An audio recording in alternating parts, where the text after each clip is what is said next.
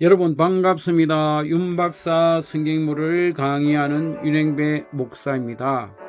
오늘은 365일 성경 1독 새벽 말씀 10번째 강의 시간으로 창세기 30장, 31장, 32장의 주요 본문으로 여러분에게 강의하고자 합니다. 30장에 보면요, 27절 30절에 보면 이 라반이 야곱에게 이야기합니다. 하나님께서 야곱으로 말미암아 나에게 복을 주신 줄을 깨달았다. 여러분, 라반이 이 야곱이 자신의 집에 들어온 이후로 하나님의 복을 받기 시작했습니다. 누구 때문에 받았습니까? 야곱 때문에 받았습니다.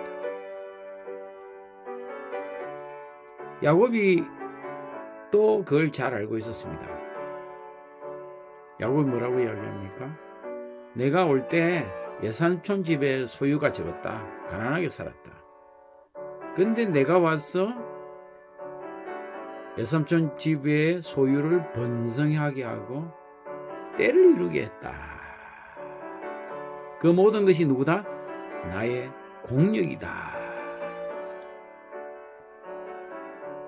여러분, 하나님이 복을 주시는데 누구를 통해서? 사람을 통해 복을 주셨습니다. 야곱을 통해서 라반의 집에 복을 주셨습니다. 여러분, 라반이 이 야곱이 들어오고 자신의 집에 20년이 지난 동안 얼마나 복을 받았는지 그는 잘 알고 있었습니다. 우리가 그런 말하기 쉽지 않지 않습니까? 너 때문에 우리 집에 복을 받았다. 여러분, 잘 되면 자기 탓이고 못 되면 저 상 탓이라 그러지 않습니까? 그 인간의 본능이거든요. 그래서 남을 칭찬하기를 싫어합니다. 남이 잘 되는 것이 싫습니다. 그런데 오죽하면 라반이요, 야곱에게 그런 고백을 했겠습니까? 하나님께서 너로 인하여 내게 복을 주신 것을 깨달았다.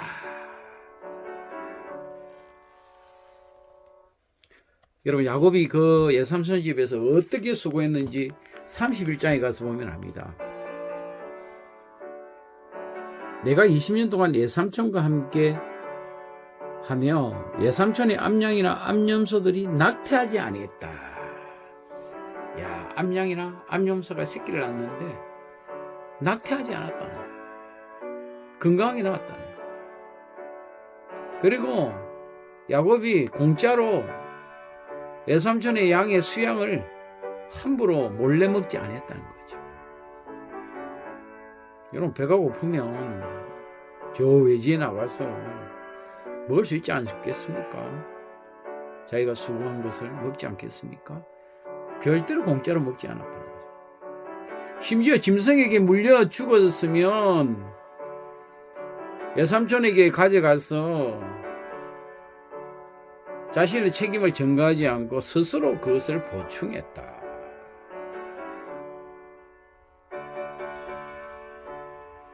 혹시 낮에 도적을 맞고 밤에 도적을 맞으면 예삼촌에게 물어주었다는 거죠.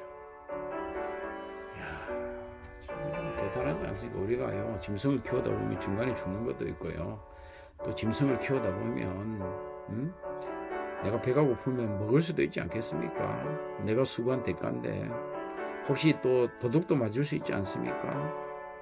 그런데 야곱은 양과 염소를 키울 때 낙태도 안 하고 혹시 죽어도 먹지 않고 혹시 물려 찍힌 게 있으면 자기가 보충하고 도둑을 맞으면 그것을 자기가 잘못한 것으로 여기고 다 물어냈다는 거죠. 그뿐 아니라 낮에는 더위를 무릅쓰고 밤에는 추위를 무릅쓰고 눈부칠 겨를 없이 일했다. 몇 년을요? 20년을 그렇게 이랬습니다. 어떻게 이랬습니까? 야곱은요, 즐거운 마음으로 이랬습니다.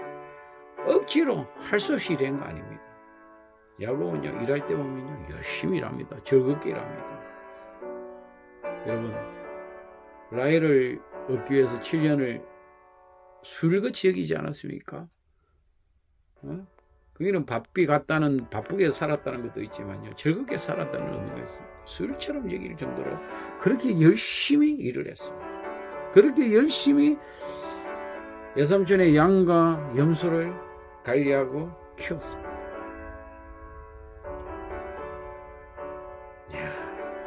그런데요, 외삼촌은 어떤 사람입니까? 속였어요. 한 번도, 두 번도, 세 번도 아니고 5, 7, 10번이나 무려 야곱을 속였어요. 품가스를 속였어요. 진짜 노예처럼 일했어요. 노예처럼 일을 했다. 착취당하면서 일했습니다. 그런데도요, 야곱은요, 열심히 일했습니다. 누구 때문에요? 하나님이 보고 계신 것을 야곱은 어떻게 해요? 알았습니다. 하나님이 보고 계시는 거예요. 외삼촌을 보면요, 그렇게 일할 맛 안 납니다. 자기를 속이는 외삼촌을 보면요, 일하고 싶은 마음이 듭니다. 그러나 저렇게 열심히 20년을 수일처럼 외삼촌의 양과 염소를 돌보고 그 작은 소유를 번성하게 한 것은 하나님이 나를 감찰하시기 때문에, 하나님이 나를 보시기 때문에 그렇게 했습니다. 여기서 참 우리가 감동을 받아야 됩니다. 우리가 사람의 눈을 속이면서 일할 수 있지만요, 하나님을 속이고는 일할 수가 없습니다. 하나님은 보십니다. 야곱이 어떻게 그 집에 일을 했는지 알고 있습니다. 그래서 하나님께서 누구 때문에? 그렇게 일한 야곱 때문에 복을 주시는 거예요. 진인사 대천명이라는 말이 있지 않습니까? 인간이 최선을 다해야 됩니다. 노력해야 됩니다. 여러분, 공부하지 않고 합격을 바라겠습니까? 여러분, 내가 농사 짓지 않고 수학을 거두겠습니까? 우리가 무슨 일을 하든지 그 분야의 전문가가 되고 대가가 된 사람들을 보면요, 그 분야에 열심히 일한 사람입니다. 야곱이요, 20년 동안 외삼촌 집에서 진짜 열심히 일했습니다. 그러니까 하나님께서 어떻게 해요? 복을 주시는 거예요. 누구 때문에? 야곱 때문에 복을 주시는 거예요. 근데 그게 누구 것이 됩니까? 결국은요, 야곱이 수고한 거는요, 야곱이 다 하나님께서 챙겨주셨습니다. 내 외삼촌 것이 되는 게 아니라 내 것이 되었다는 거예요. 외삼촌의 재산이 불어난 것이 아니라 결국 야곱의 재산이 불어나게 되는 것입니다. 그래서 내가 충성하는 거예요. 어디 직장에 가도 열심히 일하면 그 사람을, 사장을 위해서 일하는 게 아닙니다. 결국 그것이 나를 위해서 일하게 되는 겁니다. 나에게 모든 것이 돌아오게 됩니다. 왜? 하나님이 감찰하시기 때문입니다. 여러분, 야곱은 얼마나 복을 추구한 사람인 줄 압니까? 우리가 32장에 가보면요, 야곱이에요, 야쁜 나루에서 혼자 남아있지 않습니까? 형님 이삭을 만나기 위해서 이렇게 자기의 가족 식구, 짐승들은 다, 가축들은 보내고 혼자 남아있지 않았습니까?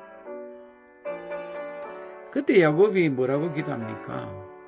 형님과 화해를 위해서 기도한 게 아니고 하나님 나에게 복을 달라고 그렇게 기도했습니다. 참, 우리 같으면 하나님, 형님 마음을 이렇게 녹여주세요, 이렇게 기도할 텐데, 그런 저차원적인 기도를 하지 않고 하나님 나에게 축복해 주세요, 나에게 복을 주세요, 더 큰 복을 주세요라고 기도했습니다. 이야, 난 참 그게 놀라운 것 같아요. 우리 눈에 보이는 문제에 대해서 우리가 매몰되지 않습니까? 걱정하지 않습니까? 근데 이상하게 야곱은요, 그런 말이 한마디도 없어요. 나 형님 때문에 홀로 남았지만, 그러나 그의 기도 제목은 축복에 관한 것이었습니다. 당신이 내게 축복하지 않으면 가게 하지 아니하겠나이다. 여러분, 여기 천사든 누구든 천사도 하나님이 보내신 자 아닙니까? 그 천사를 붙잡는 건 누구를 붙잡는 겁니까? 하나님을 붙잡는 거예요.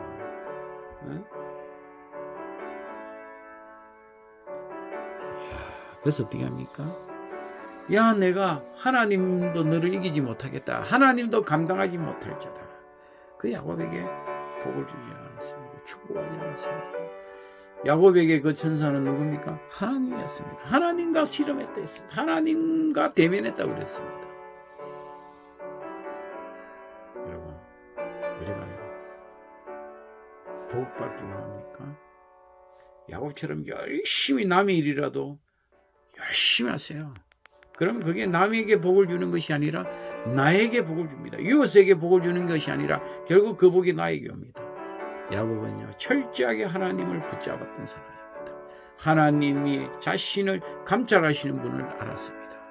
여러분, 사람을 보고 일하지 마시고 감찰하시는 하나님, 축복하시는 하나님을 보고 오늘도 내 맡은 자리에서 기쁘고 즐겁게 일하시기를 바랍니다. 감사합니다.